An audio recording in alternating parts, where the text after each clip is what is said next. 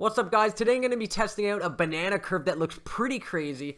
It's designed by one of the leading NHL skills coaches, Darryl Belfry. Now, on first look, I know what you're thinking. It's what we all think. Isn't that illegal? No, it is not illegal. We will dive deeper into the construction of the stick and show why it is made the way it is. There is a method to the madness, and it's not just a random blade with a big hook. So here we go.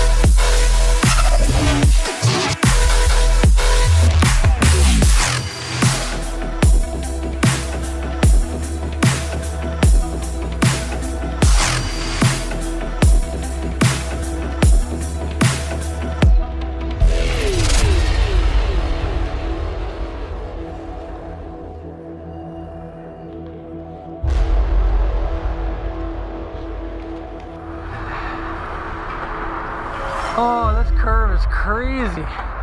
Lots of toe. Sucks with our goalies. So bad with our goalies.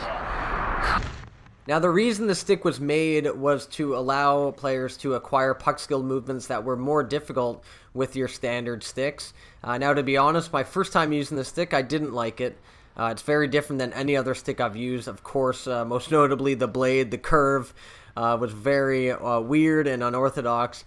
But I knew it would take some getting used to, and I did use it for 2 weeks to give it a fair assessment of the stick, and I definitely started to like it more, and it did grow on me as I went on. So here's a couple of points on the stick that led to it being made the way it was. So we'll start off with Captain Hook. Why the big toe curve? Players have to be able to pull the puck in close to their body now in hockey for puck protection as well as making plays. So the big toe curve actually allows you to pull the puck in without having to rotate the wrist too much, which increases the amount of surface area of the blade on the ice. And for passing skills, the pull pass, the hook pass, as well as spotting the puck and tucking it in on tight turns to get to the area you want it to, is a lot easier with this toe curve.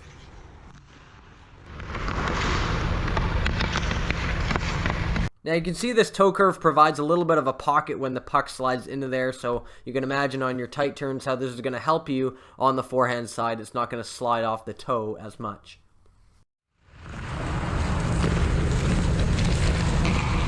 floating lie, we're not used to hearing this term. We're usually used to seeing lie values ranging between 5 and 6 in the hockey world.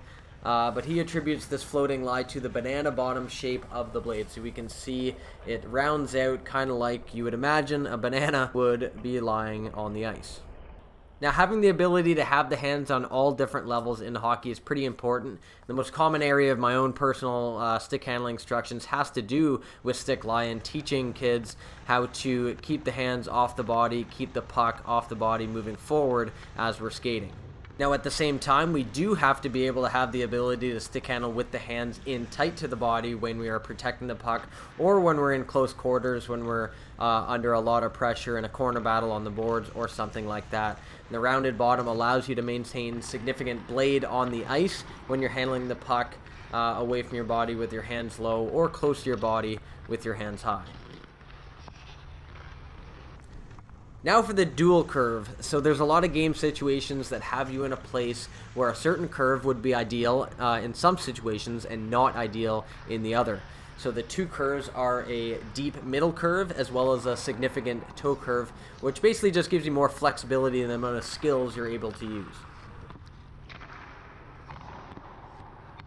Now taking a look at the longer blade. Longer blade means more blade surface on the ice, and if you guys remember, Datsuk's blade he used, often referred to as a canoe. So basically with the longer blade, it increases the sweet spot, which is more forgiving when we're trying to learn a different set of skills.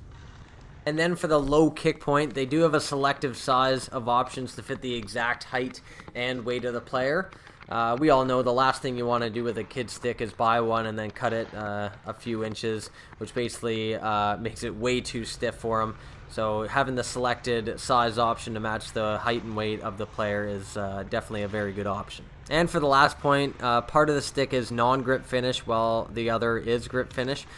This is made so you're able to slide the bottom hand freely, but also have it gripped when you're in a position to shoot. Now, we've often seen players have a piece of tape on their stick when they're learning certain skills, which signify where they want to be gripping it in order to shoot. And basically what the grip does is it cancels out that piece of tape, and you can actually go by feel and feel when it's going from slippery to grippy. That's where your bottom hand should be while shooting.